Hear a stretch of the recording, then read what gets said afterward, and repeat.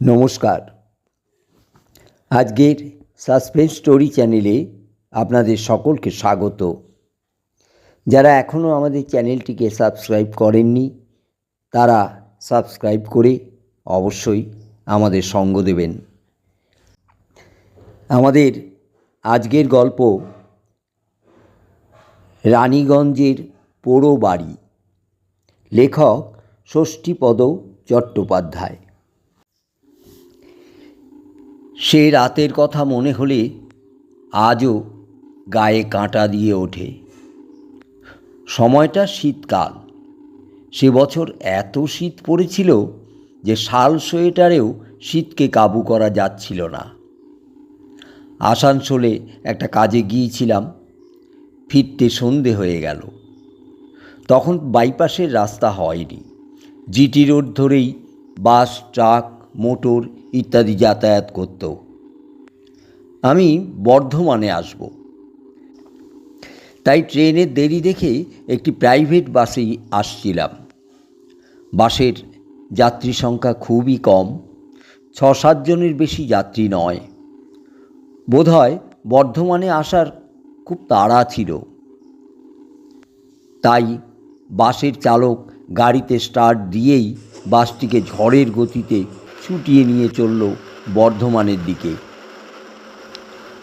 বাসের সবকটি জানালা বন্ধ রেখেও শীতের প্রকোপ থেকে রেহাই পাচ্ছিলাম না আমরা মানে আমার সহযাত্রীরা।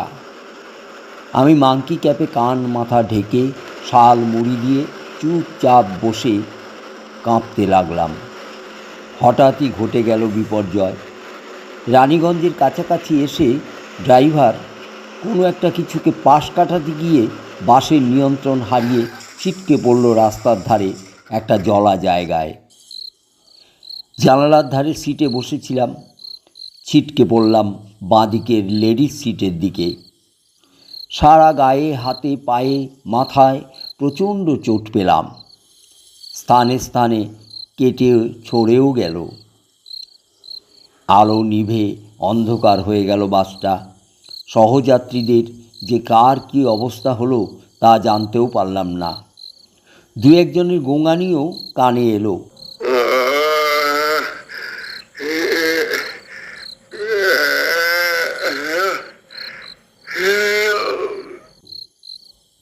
আমার বয়স তখন 24-25, একেবারেই কাঁচা বয়স বলতে গেলে। তাই প্রচণ্ড ভয়ে কি করে যে আত্মরক্ষা করব সেই চিন্তাই করতে লাগলাম। একটু সময় একটা কিছু আঁকড়ে ধরে স্থির হয়ে বসে রইলাম কিছুক্ষণ। বাসের ইঞ্জিনের দিক থেকে বেশ কিছুটা অংশ জলে ডুবে গিয়েছিল। আমি ভয়ে কাঁপতে কাঁপতে কোনো রকমের বাসের পিছন দিকে দরজার হাতল ধরে উঠে দাঁড়াতেই আমারই বয়সী এক বিবাহিতা তরুণী ক্ষীণ কণ্ঠে বলল, দাদা, আমিও আছি, আমার হাতটা একটু ধরবেন? এই সময়ে মনুষ্যত্ব হারালে চলবে না। আমি বহু কষ্টে হাতল ধরে উপরে উঠে তরুণীর হাত ধরলাম। আমার বিপরীত দিকের লেডিস সিটেই বসেছিল সে। বয়স আমারই মতো অথবা 2-1 বছরে কম। ভারী মিষ্টি মুখখানি, পাতলা ছিপছিপে চেহারা, পানাগর না কোথাকার যেন টিকিটও কেটেছিল। আমরা বাস থেকে বেরিয়ে অন্ধকারে মাটিতে পা রাখলাম। তারপর ধীরে ধীরে উঠে এলাম বড় রাস্তায়। চারদিকে তখন ঘুটঘুট করছে অন্ধকার, দুপাশে পানা, ডোবা, ধানক্ষেত ইত্যাদি।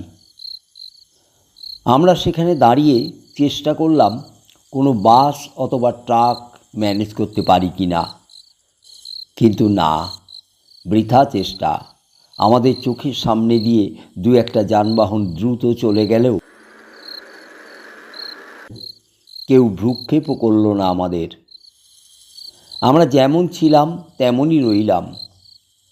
দুর্ভাগ্য এই যে দুর্ঘটনাগ্রস্ত বাসটি রাস্তা থেকে বেশ কিছুটা নিচুতে এমনই জায়গায় পড়েছিল যে ওই দৃশ্য চোখেও পড়ল না কারো। ড্রাইভার এবং কন্ডাক্টর সহ বাসের বাকি 4-5 জন যাত্রী যে বেঁচে নেই তা আমরা বেশ বুঝতে পারলাম।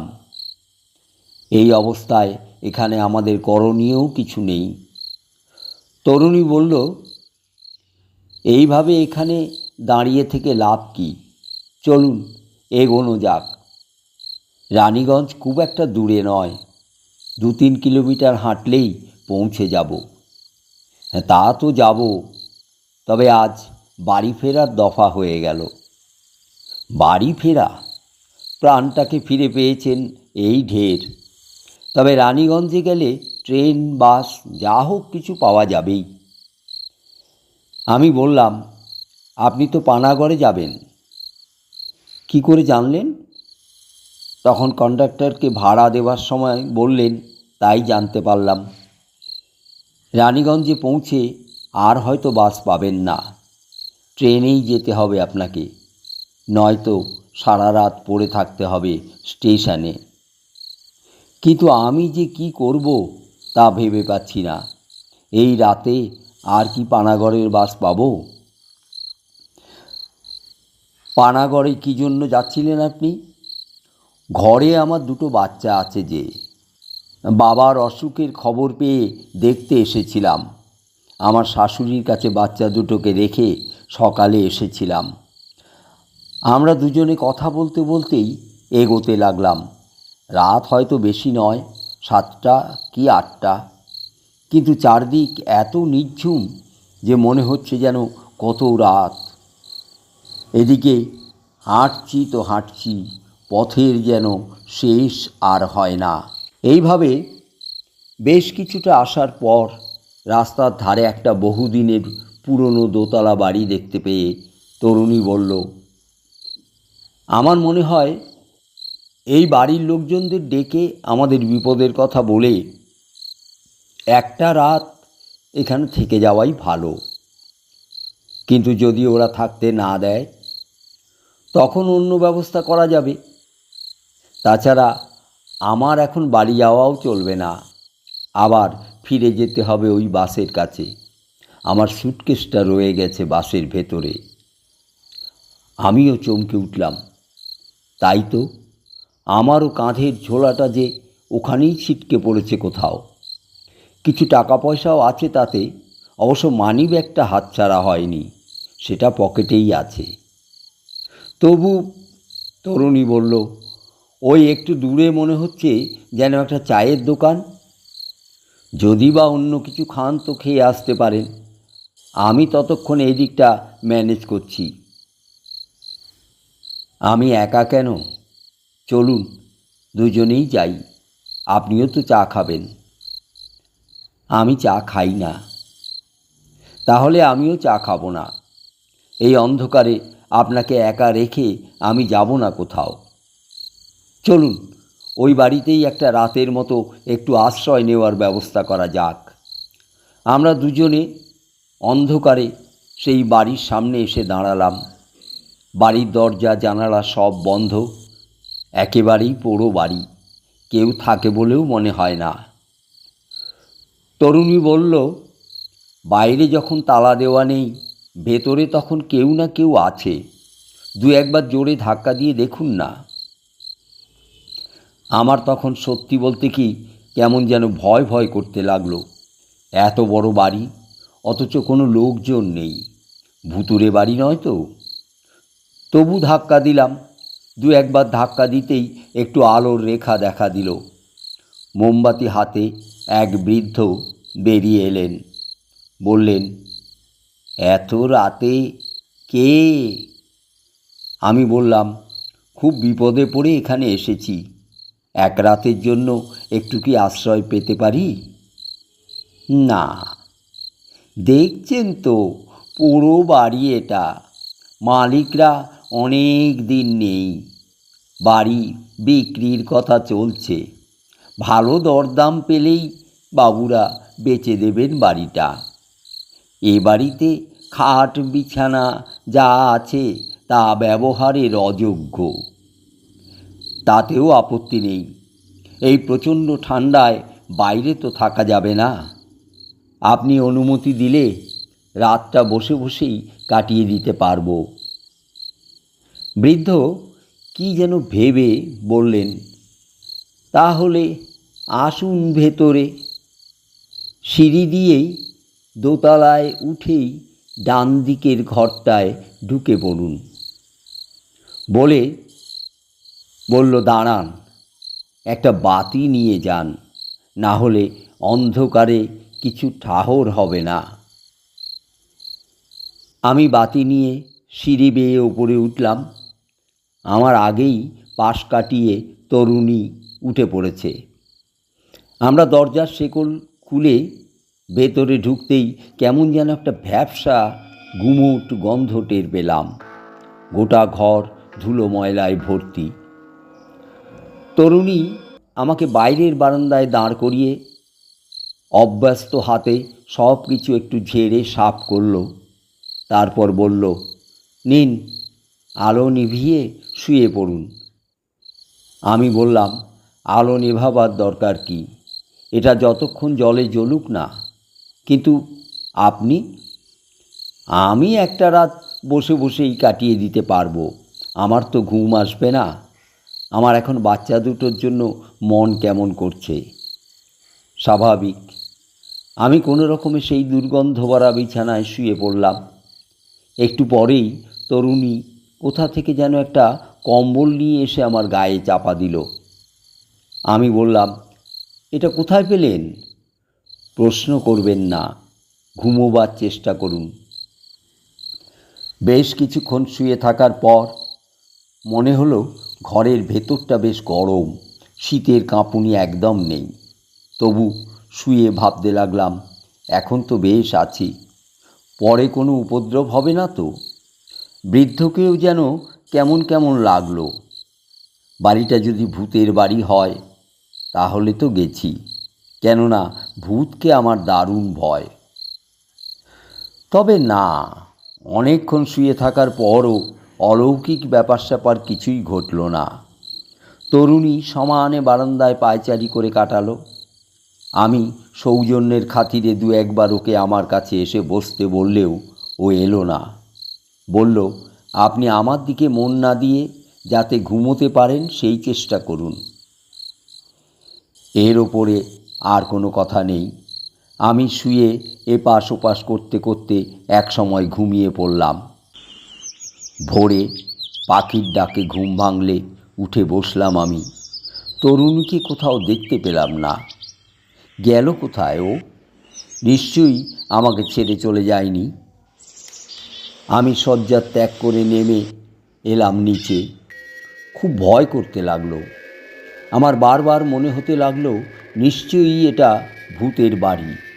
তরুণী কোনো কিছু দেখে ভয় পেয়েই আমাকে না জানিয়ে পালিয়েছে। এখন যদি বৃদ্ধকেও দেখতে না পাই তাহলেই বুঝবো এটা ভূতের বাড়ি ছাড়া অন্য কিছু নয়। যাই হোক, নিচে নেমে দেখি বৃদ্ধ এক জায়গায় একটা খাটিয়ায় শুয়ে লেপ চাপা দিয়ে ঘুমোচ্ছে। বাইরে বেরোনোর দরজাটিও ভেতর থেকে খিল দেওয়া। আমার পায়ের শব্দ পেয়ে বৃদ্ধ উঠে বসলেন।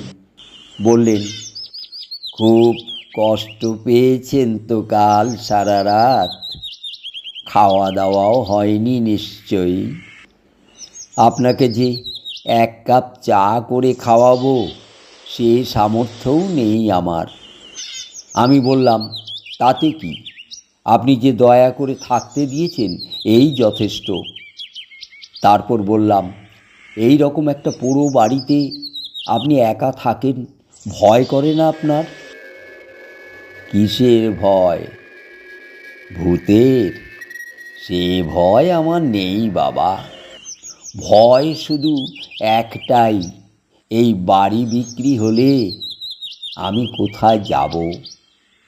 আমি বললাম, হ্যাঁ সত্যি তো, সেটা চিন্তার ব্যাপার। ভিক্ষে দুঃখ করে পেটটা হয়তো চালানো যাবে, কিন্তু আশ্রয় তো কেউ দেবে না। তারপর বললাম, আচ্ছা, আমার সঙ্গে যে মেয়েটি এসেছিল, হ্যাঁ মেয়ে নয় বউ, সে কখন গেল? বৃদ্ধ চোখ কপালে উঠিয়ে বললেন, আপনি তো একাই এসেছিলেন, আপনার সঙ্গে কাউকে তো দেখিনি। ছিল একজন, সারা রাত ছিল, শুধু ভোরে ঘুম থেকে ওঠার পরে তাকে আর দেখছি না। বৃদ্ধ বললেন, অতটা খেয়াল করিনি তাহলে, কিন্তু গেলে তো এইখান দিয়েই যাবে, দরজা তো বন্ধ। আমি বললাম, ভুল আমারও হতে পারে, তবু একবার ওপরটা গিয়ে দেখে আসি। আমি আবার ওপরে উঠে গেলাম, দু একবার ডাকলামও তরুণীকে, কিন্তু না, কোনো সাড়া পেলাম না। মনে মনে ভাবলাম, এ বাড়ির বাইরে যাবার নিশ্চয়ই অন্য কোনো পথ আছে। তা সে যাই হোক, যে যাবার সে গেছে।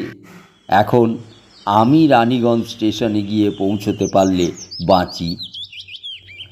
আমি আবার নিচে নেমে বৃদ্ধকে বললাম, যদি কিছু মনে না করেন তাহলে আপনাকে 10টা টাকা দিলে আপনি কি নেবেন?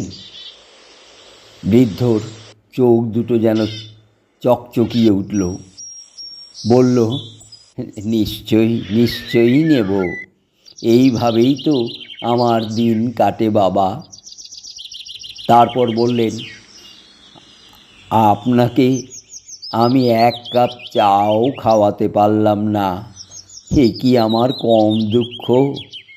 আমি বললাম, তাতে কি, বাইরে কোনো চায়ের দোকান নেই? হ্যাঁ আছে, একটু এগুলেই ওই বাঁ দিকে। চলুন আমরা দুজনে সেখানে গিয়ে চা খেয়ে আসি। এরপর বৃদ্ধের কাছ থেকে 1 গ্লাস জল নিয়ে চোখে মুখে দিয়ে 10টি টাকা ওর হাতে দিলাম। অপ্রত্যাশিতভাবে ওই টাকাটা পেয়ে সে কি আনন্দ ওর! এরপর আমরা দরজা খুলে বাইরে বেরোতেই দেখি দরজার সামনে আমার ঝোলা ব্যাগটা পড়ে আছে। এবার আর বিস্ময়ের অন্ত রইল না আমার। বৃদ্ধ বললেন, আপনার ব্যাগ বুঝি? হ্যাঁ, কাঁধ থেকে পড়ে গিয়েছিল কাল। ঝোলা কুড়িয়ে ভেতরটা ভালোভাবে দেখে নিলাম, যেমনকার যা সব তেমনই আছে, এমনকি সামান্য টাকা পয়সাও খোয়া যায়নি। তরুণী নিশ্চয়ই আমার আগেই যেভাবে হোক এ বাড়ির বাইরে গিয়ে তার সুটকেস ও আমার ব্যাগটিকে উদ্ধার করেছে। তবে যাই করুক, একবার অন্তত দেখাটা দিয়ে যেতে পারত। আমি বৃদ্ধকে নিয়ে পাশেই একটা চায়ের দোকানে বসে চা খেলাম। একজনকে জিজ্ঞেস করলাম, রানীগঞ্জ আর কত দূর? দোকানদার বলল, এটাই তো রানীগঞ্জ, আর একটু এগিয়ে গেলেই স্টেশন। আমি তখন গত রাতের দুর্ঘটনার কথা বললাম ওদের। যারা ছিল তারা বলল, ভগবান রক্ষা করেছেন আপনাকে। যাই হোক, আমরা খবর পেয়ে গেছি, উদ্ধার কার্য চলছে ওদিকে। বাসে যাত্রী খুব কম ছিল বলে মনে হয়, 5-6 জন মরেছে। জায়গাটা এখান থেকে কত দূরে হবে বলুন তো? কাল রাতে এসেছি তো কিছু মনে করতে পারছি না, তা 2 কিলোমিটার তো হবেই। আমি চায়ের দাম মিটিয়ে সকলের কাছ থেকে বিদায় নিয়ে একটা সাইকেল রিকশায় চেপে আবার সেই দুর্ঘটনাস্থলে এলাম। এসে যা দেখলাম তাতে আর নিজের চোখকেই বিশ্বাস করতে পারলাম না। পরপর সবকটি লাশ শোয়ানো আছে রাস্তার ধারে, বহু লোকের ভিড় সেখানে। বাসটিকেও ক্রেনে করে টেনে তোলানোর চেষ্টা হচ্ছে। সেই লাশগুলোর মধ্যে একটি হচ্ছে সেই তরুণীর, যাকে আমি হাত ধরে টেনে তুলেছিলাম এবং যে কাল সারাটা রাত আমার সঙ্গে এই পোড়ো বাড়িতে কাটিয়েছে। এখানেই গল্পটা শেষ। গল্পটা বা ভিডিওটা যদি আপনাদের ভালো লেগে থাকে তবে আমাদের চ্যানেলটিকে লাইক ও শেয়ার করতে ভুলবেন না। ধন্যবাদ।